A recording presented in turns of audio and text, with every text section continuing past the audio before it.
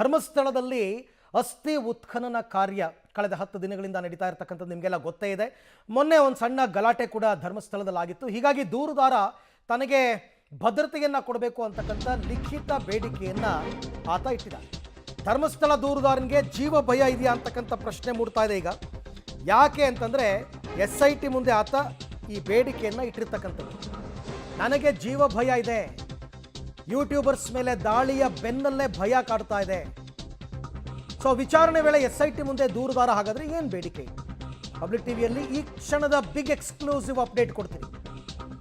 ಆತ ಕೇಳ್ಕೊಂಡಿರ್ತಕ್ಕಂಥದ್ದು ಲಿಖಿತ ರೂಪದಲ್ಲಿ ಮನವಿಯನ್ನು ಮಾಡಿಕೊಂಡಿದ್ದಾರೆ. ನನಗೆ ಜೀವ ಬೆದರಿಕೆ ಇದೆ, ಹಾಗಾಗಿ ಇವತ್ತು ಆತನ ಕಾರಿಗೆ ಒಂದು ಪೊಲೀಸ್ ಎಸ್ಕಾರ್ಟ್ ಕೂಡ ಕೊಟ್ಟಿದ್ದಾರೆ. ನೋಡ್ತಾ ಇದ್ದೇವೆ ದೃಶ್ಯ.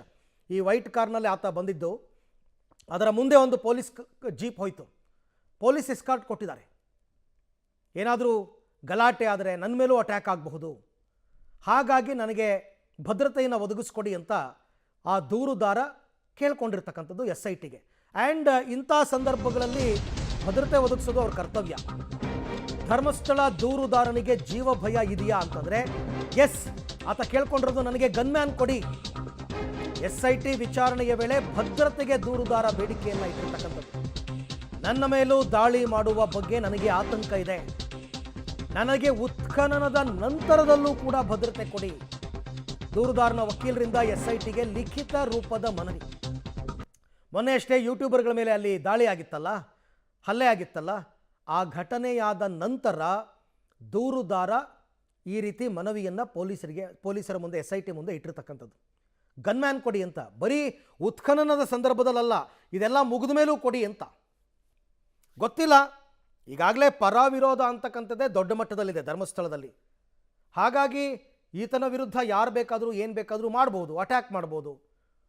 ಹಾಗಾಗಿ ನನಗೆ ಗನ್ಮ್ಯಾನ್ ಕೊಡಿ ಅಂತ SITಯನ್ನು ಕೇಳಿರೋದು. ಅಲ್ಟಿಮೇಟ್ಲಿ SIT ತೀರ್ಮಾನ ಮಾಡುತ್ತೆ, ಎಸ್ಕಾರ್ಟ್ ಕೊಡಬೇಕಾ, ಭದ್ರತೆ ಕೊಡಬೇಕಾ, ಗನ್ಮ್ಯಾನ್ ಕೊಡಬೇಕಾ.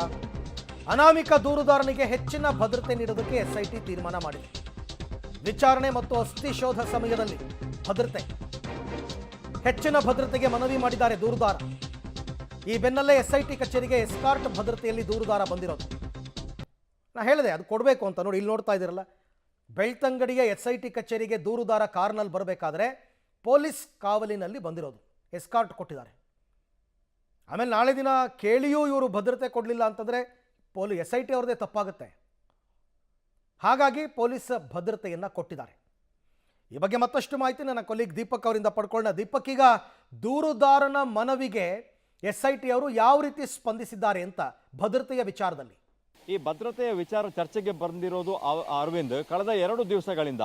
ಅಲ್ಲಿಯವರೆಗೂ ಆತ ಬೆಳಗ್ಗೆ 10 ಗಂಟೆ ಸುಮಾರಿಗೆ ಒಂದು ಖಾಸಗಿ ಜಾಗದಿಂದ ಬರ್ತಾ ಇದ್ದದ್ದು, ಆನಂತರ SIT ಕಚೇರಿಗೆ ಹೋಗ್ತಾ ಇದ್ದದ್ದು.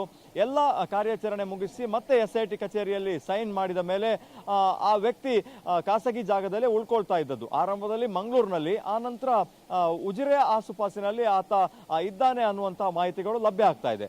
ಆದರೆ ಯೂಟ್ಯೂಬರ್ಸ್ನ ಮೇಲೆ ಗ್ರಾಮಸ್ಥರು ಮತ್ತು ಧರ್ಮಸ್ಥಳದ ಭಕ್ತಾದಿಗಳು ಯಾವಾಗ ರೆಬೆಲ್ ಆಗಿ ಅಲ್ಲೊಂದು ಘರ್ಷಣೆ ಆಗಿತ್ತು, ಈ ಸಂದರ್ಭದಲ್ಲಿ ಆತನಿಗೂ ಕೂಡ ಜೀವ ಭಯ ಶುರುವಾಗಿದೆ ಅನ್ನುವಂತಹ ಚರ್ಚೆ ಈಗ ನಡೀತಾ ಇರುವಂತದ್ದು.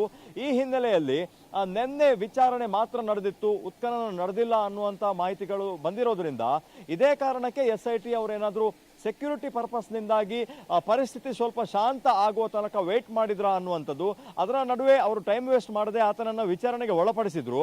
ಇದನ್ನು ಹೊರತುಪಡಿಸಿದ್ರೆ ಆತನಿಗೆ ಆತಂಕ ಇದೆ ಅನ್ನುವಂತಹ ಒಂದು ಆತನಿಗೆ ಅನಿಸಿರುವಂಥದ್ದು. ಅದರ ಜೊತೆಗೆ ಪೊಲೀಸ್ ಇಂಟೆಲಿಜೆನ್ಸ್ನಲ್ಲೂ ಕೂಡ, ಯಾಕಂದ್ರೆ ಧರ್ಮಸ್ಥಳದ ಭಕ್ತರು ಆಕ್ರೋಶಗೊಂಡಿದ್ದಾರೆ. ಕಳೆದ 15 ದಿವಸಗಳಿಂದ ಇದೇ ವಿಚಾರ ಚರ್ಚೆ ಆಗ್ತಾ ಇರೋದು ಮತ್ತು ಸೋಷಿಯಲ್ ಮೀಡಿಯಾಗಳಲ್ಲಿ ಕ್ಷೇತ್ರದ ವಿರುದ್ಧವಾಗಿ ಮತ್ತು SIT ತನಿಖೆಯಲ್ಲಿ ಅಲ್ಲದೆ ಇರುವ ವಿಚಾರವನ್ನ ಬಹಳಷ್ಟು ಹರಿಬಿಡ್ತಾ ಇರೋದು. ಇದರಿಂದ ಅವರು ಅಸಮಾಧಾನಗೊಂಡಿದ್ದಾರೆ ಅನ್ನುವಂತಹ ಹಿನ್ನೆಲೆಯಲ್ಲಿ ಈತನಿಗೆ ಭದ್ರತೆಗೆ ಒತ್ತಾಯ ಮಾಡ್ತಾ ಇದ್ದ.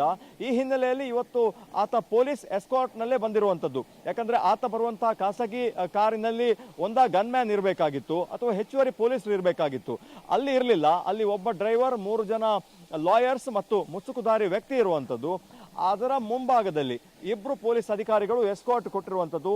ಕೆಲವೇ ನಿಮಿಷಗಳ ಹಿಂದೆ ಆತ SIT ಕಚೇರಿಯನ್ನ ಪ್ರವೇಶ ಮಾಡಿದ್ದಾರೆ. ಒಬ್ಬೊಬ್ಬ ಅಧಿಕಾರಿಗಳೇ ಬರ್ತಾ ಇದ್ದಾರೆ, AC ಅವರು ಬಂದಿದ್ದಾರೆ, ಎಲ್ಲರೂ ಕೂಡ ಬಂದಿದ್ದಾರೆ. ಆದರೆ ಇವತ್ತು ಮತ್ತೆ ಪೇಪರ್ ವರ್ಕ್ ನಡೆಯುತ್ತಾ, ವಿಚಾರಣೆ ನಡೆಯುತ್ತಾ, ಅಥವಾ ಆತನನ್ನ ಈ ಸ್ಥಳಕ್ಕೆ ಕರ್ಕೊಂಡು ಬಂದು ಏನಾದರೂ ಮಹಜರು ಪ್ರಕ್ರಿಯೆಯನ್ನ ಮಾಡ್ತಾರಾ, ಹೊಸ ಜಾಗಗಳನ್ನ ಗುರುತಿಸ್ತಾರಾ ಅನ್ನುವಂಥದ್ದು ಇನ್ನಷ್ಟೇ ಗೊತ್ತಾಗಬೇಕಾಗಿದೆ. ಸದ್ಯಕ್ಕೆ ಆತನಿಗೆ ಹೆಚ್ಚುವರಿ ಭದ್ರತೆಯನ್ನ ಕೊಟ್ಟಿದ್ದಾರೆ. ಆದರೆ ಆತನ ಜೊತೆಗೇ ಗನ್ಮ್ಯಾನ್ ಅನ್ನ ಕೊಡ್ತಾರಾ ಅನ್ನುವಂಥದ್ದು ಈಗ ಇರುವಂತಹ ಪ್ರಶ್ನೆ. ಅದಕ್ಕೆ SIT ಅಧಿಕಾರಿಗಳೇ ಸ್ಪಷ್ಟನೆಯನ್ನು ಕೊಡಬೇಕು. 15 ದಿನ ಕಳೆದರೂ ಕೂಡ ಈವರೆಗೆ ಒಂದೇ ಒಂದು ಲೈನ್ ಕ್ಲಾರಿಫಿಕೇಶನ್ ಆಗಲಿ, ಏನೇನಾಯ್ತು, ಎಷ್ಟು ಮೂಳೆ ಸಿಕ್ತು, ವಿಚಾರಣೆ ವೇಳೆ ಏನೇನಾಯ್ತು, ಯಾವುದನ್ನು ಈವರೆಗೆ ಒಂದು ಲೈನ್ ನಮಗೆ ಸ್ಪಷ್ಟನೆಯನ್ನು ಕೊಟ್ಟಿಲ್ಲ ಅವರು ಅರವಿಂದ್. ರೈಟ್ ದೀಪಕ್, ಕೆಲವು ಸಂದರ್ಭಗಳಲ್ಲಿ ಗೌಪ್ಯತೆಯನ್ನು ಕಾಪಾಡ್ಕೋಬೇಕಾಗುತ್ತೆ, ಹಾಗಾಗಿ ಕೊಡಲೇಬೇಕು ಅಂತ ರೂಲ್ಸ್ ಏನಿಲ್ಲ.